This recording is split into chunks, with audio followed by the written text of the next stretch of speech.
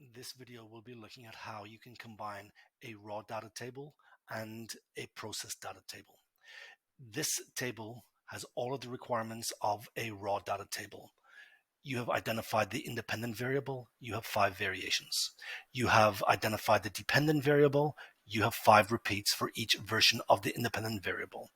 Of course, add your own actual independent, dependent variables, precision error, and unit.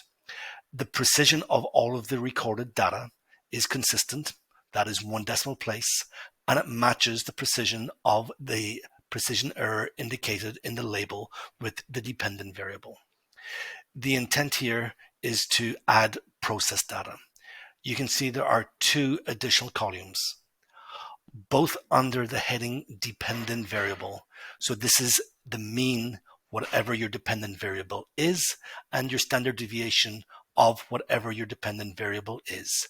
The unit for mean and standard deviation is the same as it will be for all of the recorded data. So to calculate mean, there are 2 ways to do this. One is simply type equals, begin writing average, and you need to choose the arithmetic average, highlight the values which you want to include, press enter, and you get a mean calculated. Alternatively,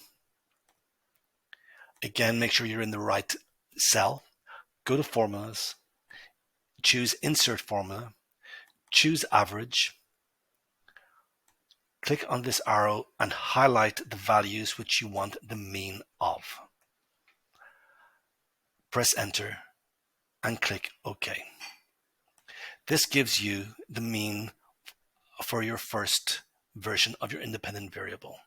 Click on the cell. There's a little highlighted square at the end of it. Grab it, drag it down. All of your means are now calculated. You can do the same here for standard deviation. I'm going to go through pressing equal, starting to type standard STD, and I must ensure that I choose STDEV for the IB diploma data analysis. I double click it, I highlight the values which I want the standard deviation of. Do note this only includes the raw data and does not include the mean. I will press enter. I now have the standard deviation for the first version of my independent variable. I will drag this down.